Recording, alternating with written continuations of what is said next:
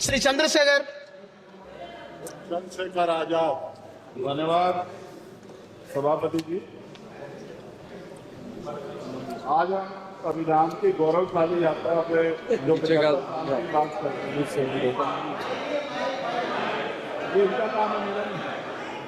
रहे हैं, माइक। धन्यवाद सभापति जी। आगे सर, आगे। आज हम संविधान की गौरवशाली यात्रा पे बात करने के लिए चर्चा कर रहे हैं। कल से ये चर्चा चल रही है सर। मैंने बहुत सारे दोनों पक्ष के और जितने भी हमारे मेंबर है सुना सर, उनको बड़े बड़े नेता हैं सर। इसके भाग 1 में लिखा हुआ है India that is Bharat, Hindustan नहीं लिखा हुआ है सर। लेकिन सारे नेता संविधान पे चर्चा कर रहे हैं लेकिन हिंदुस्तान ही कहेंगे, भारत कहने की हिम्मत नहीं जुटा पा रहे। ये बड़ा सवाल है सर कि क्या संविधान के हिसाब से बात रखी जा रही। मैं धन्यवाद दूंगा फूले साहू बाबा साहब अम्बेडकर को और मेरे नेता मान्यवर साहब श्री काशीराम को।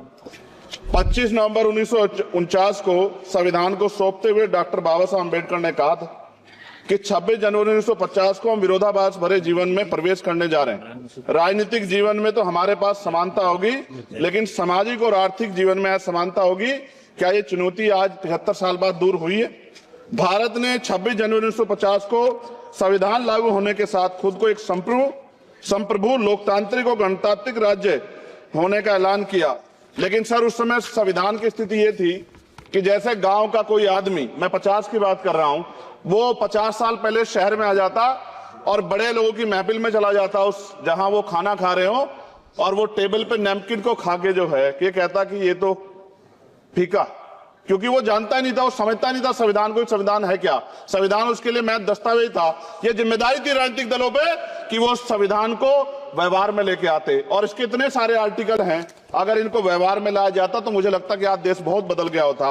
बाबा साहब ने कहा था कि लोकतंत्र भारतीय भूमि का केवल ऊपरी पोशाक है, उनके अनुसार यहाँ की संस्कृति अनिवार्य तौर पर लोकतांत्रिक है।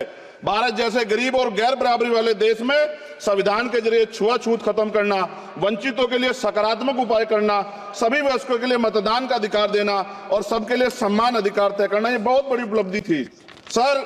ये संविधान है कि आप वहां बैठे हैं और मैं यहाँ खड़ा होकर अपनी बात रख रहा हूं, और इस देश में आदिवासी महिला के तौर पे जो है राष्ट्रपति बनी है, और प्राइम मिनिस्टर तो नहीं बना, लेकिन शेड्यूल कास्ट के बड़े नेताओं को भी जो है राष्ट्रपति बनने का मौका मिला। इस संविधान की देन, अगर वोट हम पे नहीं होता तो शायद अमीर और जो राजा महाराजा खुद को मानते हैं हमारी गलियों तक नहीं आ पाते, हमारे हाल नहीं जान पाते।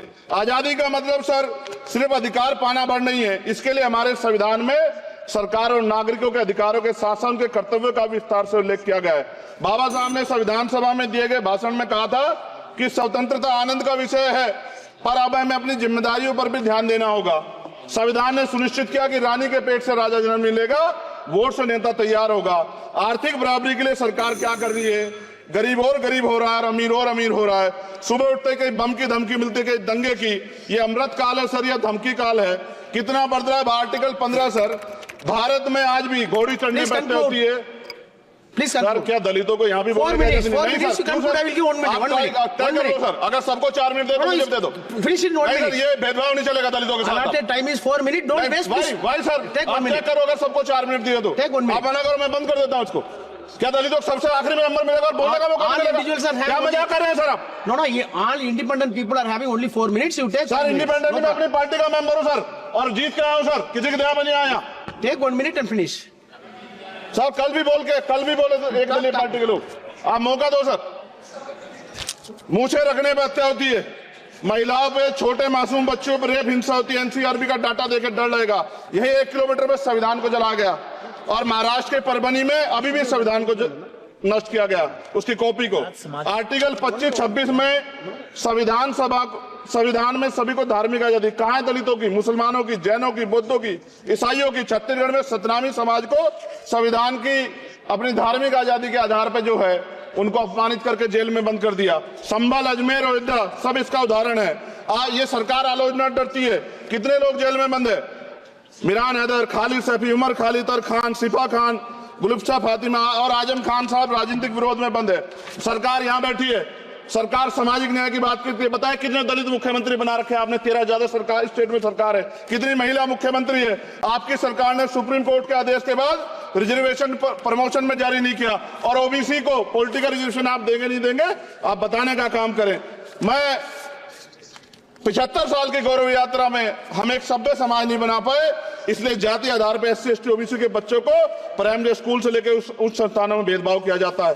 सरकार निरंकुश हो गई, कोई बुलडोजर से कार्रवाई करता है। कल मंत्री जी ने कहा हमने राष्ट्रीय पिछड़ा वर्ग आयोग बनाया, 69 शिक्षक भर्ती में उसकी सिफारिशों को नहीं माना। EWS के जरिए आपने संविधान पे आरक्षण के प्रावधान पे हमला किया। 1 मिनट में खत्म कर रहा हूं सर। संविधान सर न्यायपालिका में आर्टिकल 124 ये कहता है सर, ये अधिकार जो है sir ji please conclude sir, 1 minute में प्लीज संविधान में न्यायाधीशों की नियुक्ति का अधिकार राष्ट्रपति के द्वारा होना चाहिए, अभी तक नहीं हो रही है। All India judicial service commission कब बनेगा? क्या चंद परिवार ही सर जज बन सकते हैं? और आज हम सर, मैं सरकार से सवाल पूछना चाहता हूं सर, सेवाओं में SC ST OBC वर्ग का कितना प्रतिनिधित्व है? भारत सरकार के मंत्रालयों के अधीन PSU में, बैंकों, बीमा कंपनियों में और स्वस्थायी संस्थानों में आउटसोर्स तथा कॉन्ट्रैक्ट पर वर्तमान कार्यरत कर्मचारी कुल कितनी संख्या है? आउटसोर्स और कॉन्ट्रैक्ट में कार्यबल SC ST OBC कितना प्रतिशत है? निजी क्षेत्रों में कार्यरत कर्मचारी उनके SC ST OBC की वर्ग लाभ। सर खत्म कर, लास्ट पॉइंट सर, मैं फिर स्पष्ट तौर पर कह रहा हूं सर, यहां बैठे SC और OBC के मेंबर से कह रहा हूं सर, उनको सामाजिक जिम्मेदारी का ध्यान भी रखना चाहिए। पार्टी के प्रति वफादारी के साथ साथ अपने वर्गों के प्रति ईमानदारी भी रखनी चाहिए। ईमानदारी नहीं होगी तो इन वर्गों का भला नहीं हो सकता, और हमें बहुत सरकारों से उम्मीद नहीं है। बहुत बहुत धन्यवाद सर। थैंक यू, बहुत बहुत धन्यवाद सर। आज संविधान की ऊपर चर्चा करने के लिए आपने मुझे